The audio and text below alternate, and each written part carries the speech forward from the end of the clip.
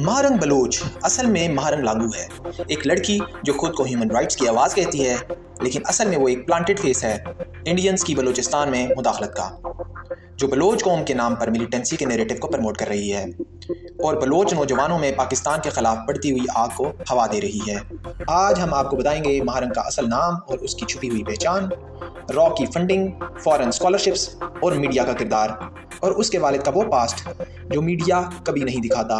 मैं भगवान से प्रार्थना करता हूं कि एक दिन ऐसा हो जहां पे doctor Mahrang Baloch is the chief guest at our Republic Day. Mahrang Baloch जो अपने आप को डॉक्टर महारंग बलोच कहती है, असली नाम जिनका महारंग लांगू है। लांगू एक खानदान है जो बलूचिस्तान ट्राइब से ताल्लुक रखता है, लेकिन जब इसे इंडिया का वायरल करने का प्लान बना तो उसका सर नेम बदलकर बलोच रखा गया।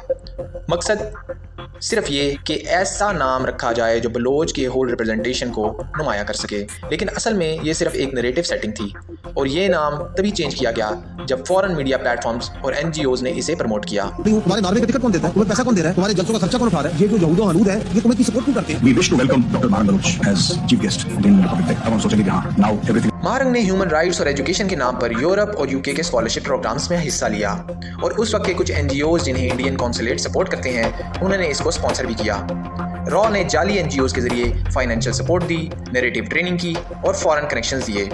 ये एक सॉफ्ट ग्रूमिंग थी ताकि कल को ये लड़की पाकिस्तान के खिलाफ एक इंटरनल बगावत का हिस्सा बन सके। मैं बता रहा हूं, they are scared of that lady, they are so terrified of that lady. पता है क्यों दोस्तों? इसीलिए डरे हुए हैं क्योंकि कभी ऐसा फेस मिला ही नहीं बलोच सेपरेटिज्म को। डॉक्टर महारंग बलोच के साथ ऐसा ही नहीं। She is totally disconnected from the Pakistani state. उसका टोटल डिस्कनेक्ट है और एक नैरेटिव बिल्डअप हो रहा है। सुनने में आया है कि she has been nominated for the Nobel Peace Prize. Mahrang के वालिद डॉक्टर अब्दुल गफ्फार लांगू, जिनकी असल तस्वीर ऑनलाइन अवेलेबल है, जहां वो रॉ से ट्रेन होते और बलोच अलहदगी ग्रुप्स में मौजूद नजर आते हैं। इंटेलिजेंस सोर्सेज के मुताबिक वो मिलिटेंट विंग से भी लिंक थे, फॉरेन फंडिंग कैंप्स का भी हिस्सा रहे और पाकिस्तान आर्मी के खिलाफ एक्टिव रहे। 90,000 बंदूकें पाकिस्तान से छीनी थी सरेंडर करते वक्त, वही बंदूक 10-10 गोलियों के साथ हमें दे दे, फिर हम देखिए पाकिस्तान कैसे लड़ते। ना एटम बम की जरूरत है, ना मिसाइल की जरूरत। फिर बलोच लिबरेशन के अंदरूनी नाइतफाकी और पैसों के तनाजे में डॉक्टर अब्दुल गफ्फार को कत्ल कर दिया गया और नाम लगाया गया ISI पर। महारंग ने भी इस ब्लेम को ISI पर डाल दिया ताकि सिंपैथी हासिल करके बलूचिस्तान में पावर गेन कर सके और आवाम को मजीद कंफ्यूज किया जा सके और आर्मी के खिलाफ सेंटिमेंट्स को हाईलाइट किया जा सके। BYC का नाम आपने सुना होगा। जाहिर में ये ह्यूमन राइट्स का प्लेटफॉर्म लगता है, लेकिन असल में ये एक पॉलिटिकल प्रेशर ग्रुप है जिसका मकसद है स्टेट इंस्टीट्यूशंस को पब्लिकली डिफेम करना और हमेशा सिक्योरिटी ऑपरेशंस को जुल्म की एक तस्वीर दिखाना और उन मिलिटेंट्स ग्रुप्स को छुपाना और हाइड करना जो इंडिया के लिए काम करते हैं और इंडिया के लिए बलूचिस्तान में हमले करते हैं। ये ग्रुप कभी भी BLA या BLF के मजालिम पर बात नहीं करता, FC आर्मी के शहीद जवानों की बात नहीं करता, बस एक साइड का प्रोपेगेंडा प्रमोट करता है। ये सब कुछ एक हाइब्रिड वॉरफेयर का हिस्सा है। नैरेटिव को कंट्रोल करो, दुश्मन को अंदर से कमजोर करो।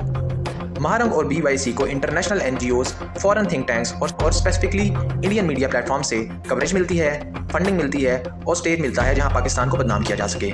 ये मुश्किल कर चुका है ऑपरेशन बाण, क्योंकि जो बलोच विद्रोही हैं, जो फ्रीडम फाइटर्स हैं, बलोच फ्रीडम फाइटर्स, वो अब डायरेक्टली इनके कैंप्स में, पाकिस्तान के जो हेल्ड कैंप्स हैं जहां पे पाकिस्तानी आर्मी है, वहां पे पहले भी अटैक करते थे, वक्त नहीं पहला अटैक है, लेकिन अब अटैक और तेज हो गया है and they have started occupying Pakistan. अगर ये सिर्फ एक्टिविस्ट है तो सिर्फ आर्मी के खिलाफ ही क्यों बोलती है? अगर ये इंसाफ चाहती है तो BLA के कत्ले आम पर क्यों खामोश है? और अगर ये अवाम के रिप्रेजेंटेटिव है तो फिर बलोचों के बाकी मसाइल पर क्यों आवाज़ नहीं उठा रही? उसके वालिद की तस्वीर रॉ कैंप्स में क्यों मौजूद है और उनकी मौत का ब्लेम ISI पर क्यों डाला गया, जबकि सब जानते हैं कि उनका कत्ल बलोच फैक्शंस की इंटरनल फाइटिंग का नतीजा थी? बात सिंपल है, हर वो शख्स जो एक्टिविज्म के नाम पर सिर्फ मुल्क के खिलाफ बोले तो वह एक्टिविस्ट नहीं होता, वो इंडियन नैरेटिव का हिस्सा है जो पाकिस्तान को ग्रे लिस्ट में डालना चाहते हैं ताकि पाकिस्तान के न्यूक्लियर प्रोजेक्ट को डिसमेंटल किया जा सके। क्योंकि अगर पाकिस्तान में अमन होगा तो पाकिस्तान को कैसे एक टेररिस्ट कंट्री यूनाइटेड नेशंस के सामने पोर्ट्रे किया जा सकेगा और कैसे दुनिया को दिखाया जा सकेगा कि पाकिस्तान दुनिया का सबसे अनसेफ कंट्री है। महारंग का असली नाम महारंग बलोच नहीं, महारंग लांगू है और ये नाम बदलने से असलियत नहीं बदलती। महारंग को जवाब देना होगा कि उसके इंटरनेशनल टूर्स कौन सपोर्ट करता है, कौन उसको मीडिया कवरेज देता है, मेजर गौरव आर्या क्यों महारंग को इंडिया में वेलकम कहता है, कैसे ये बड़ी बड़ी गाड़ियों में सफ़र करती है और अपने साथ मजमा लगाए इस्लामाबाद आ जाती है, कैसे ये बड़े बड़े धरने ऑर्गेनाइज होते हैं, कौन इनको फ्यूल करता है। अवाम अंधी नहीं है, अवाम को सब नज़र आता है कि ये कहाँ और किसके इशारों पर पाकिस्तान के खिलाफ आवाज़ उठाई जा रही है। आइए सच की आवाज़ बनिए और महारंग जैसी प्रॉक्सीज को बेनकाब करिए। जुड़ना होगा बलूच के आंदोलन के साथ और भारत की सरकार को, सबसे ज़्यादा भारत की सरकार यूनाइटेड नेशंस में हमारे साथ जुड़ सकती है। हम यूनाइटेड नेशंस में बलूच अपना मुद्दा रखते हैं और हमें वहाँ पर साथियों की ज़रूरत है। आज आप हमारे साथ दें, बलूचिस्तान आज़ाद होगा तो जब भी भारत को वोट की जरूरत होगी, भारत को किसी आवाज की जरूरत होगी, तो बलूचिस्तान भारत के साथ जुड़ेगा।